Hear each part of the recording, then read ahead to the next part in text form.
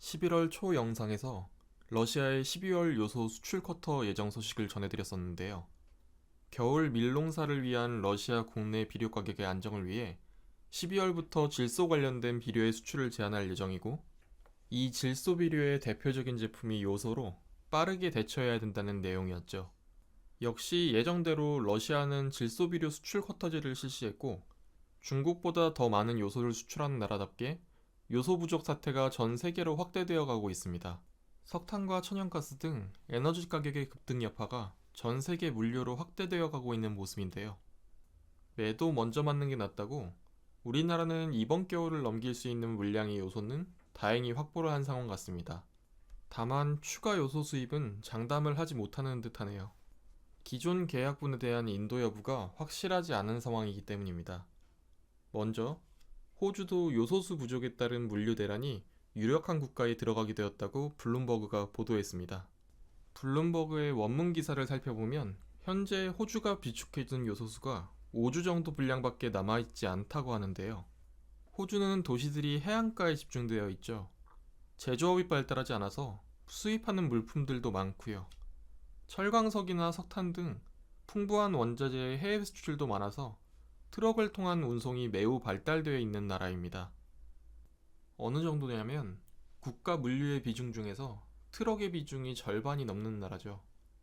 어떻게 보면 우리나라보다 요소수 부족 사태가 더욱 치명적으로 다가올 수 있는 국가입니다. 다음은 인도입니다. 겨울 농사 시즌 밀, 옥수수, 콩 등의 작물 파종에 필수적으로 요소 등의 비료가 들어가는데, 중국과 러시아의 수출 제한으로 인해 가격이 폭등해서 농민들이 구청으로 몰려와서 단체로 항의 시위를 하는 등 부족 사태가 확대되고 있습니다. 이 외에도 파키스탄, 스리랑카 등 전 세계적으로 농업에 의존하는 국가들의 농산물 생산이 크게 위협받고 있는 상황입니다. 심지어 이 국가들은 대부분 인구도 매우 많죠. 에너지 가격의 급등이 세계 농산물 가격에도 영향을 미칠 조짐이 보이고 있습니다. 다음은 일본입니다. 국내 요소수 대란 때 일본은 자체 암모니아 및 관련 물품 생산 비중이 80%가 넘어 요소 수출 중단 영향이 없을 거라는 분석과 함께 언론들의 팩트체크 없는 일본 칭찬이 시작되었고, 심지어 제 영상에도 일본 악플러들이 친히 방문해서 요소수 부족 사태에 대해 자업자득이다, 일본에 부탁하지 말라는 등 온갖 악플을 달고 갔는데요. 전 방사능이나 수출하지 말아달라고 답변을 달았지만요. 과연 일본은 이렇게 세계적인 부족 사태와 동떨어져 있는 걸까요? 일본에서도 슬슬 요소수 부족 기사가 나오기 시작합니다. 아무리 자체 생산을 한다지만 영향이 없을 수가 없죠. 어디 가도 요소수를 구할 수가 없다, 물류가 멈춘다, 우리나라와 비슷한 상황이죠.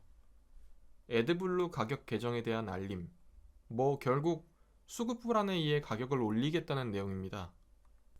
주유소를 대상으로 5개월 동안 요소 국제 가격이 상승했으니 가격을 올릴 수밖에 없었다는 정중한 공문이죠. 사태는 우리나라와 동일하게 흘러갑니다. 가격을 올리는 것까진 괜찮은데 물품을 구할 수도 없다는 거죠. 요소수를 판매하는 기계에 품절 표시가 붙어 있는 모습입니다. 일본 아마존에 접속해 봤습니다. 판매되는 요소수는 있는데 가격이 환율을 감안하면 20리터에 25만원, 10리터에 17만원 선이네요. 야후 저펜에서 요소수를 검색한 화면입니다.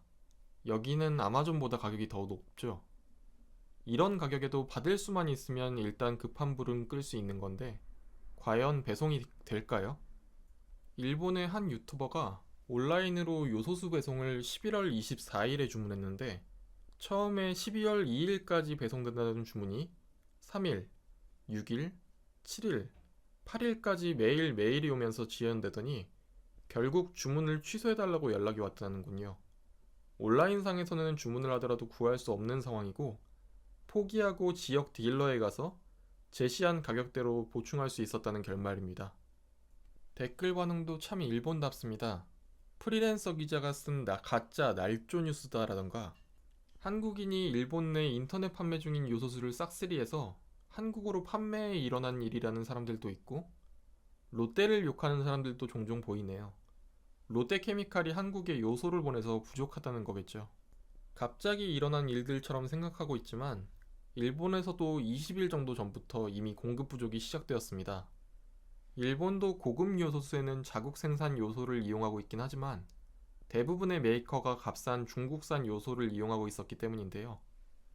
이 와중에 미쓰이와학의 요소 생산 최대치 증산 뉴스가 나오긴 했지만 실제로는 국내 생산량이 40% 정도 된다는 소식이 있었습니다. 60% 정도는 공급 부족인 거죠. 이렇게 중요하다는 물질인 요소를 왜 국내에서는 생산하지 않는가 하는 의문이 많은데요. 가장 큰 이유는 앞으로 요소를 이때까지와는 다른 방식으로 생산하게 될 것으로 예상하기 때문입니다. 수소가 차세대 에너지원으로 유망하다는 이야기는 많이 들어보셨을 텐데요. 탄소 배출이 없이 향후 저렴한 비용으로 에너지원의 생산과 운송이 가능해지기 때문인데 현재 수소를 이용한 에너지의 운송 중에 가장 효율이 좋을 것으로 예상되는 것이 바로 이 암모니아입니다. 태양광 등의 재생에너지를 통해 수소를 만들고 공기 중에 가장 많은 질소를 결합해서 암모니아를 만든 다음에 연료 탱크에 넣어서 전 세계로 운송하는 방식입니다. 암모니아 가격이 획기적으로 낮아질 것으로 앞으로 예상하고 있죠. 현재 상용화 단계에 접어들고 있는 기업들의 이산화탄소 포집 기술과 결합하면 앞으로 온실가스 배출 없는 저렴한 요소 생산이 가능해집니다. 급등하고 있는 탄소 배출권 가격을 감안한다면 10년 후에는 반드시 석탄으로 만드는 요소보다 각국에서 수입 암모니아로 생산하는 요소의 경쟁력이 더욱 강력해질 텐데 다른 나라에서 기존 방식의 요소 생산에 투자를 할 수가 없는 겁니다. 반대로 현재 중국의 석탄 기반의 요소 설비는 10년 후에는 고철이 될 수밖에 없죠. 어차피 문 닫게 될 거 세계적으로 공급 부족 일으켜서 한탕 땡기고 철수하겠다는 건데 참 중국다운 생각입니다. 결국 크게 보면 요소 부족 사태도 친환경 산업 구조로 전환하는 과정에서 벌어지는 그린플레이션의 일부인 건데요. 막을 수 없는 세계적 흐름 속에서 기업도 국가도 현명하게 대처하기를 바라겠습니다. 감사합니다.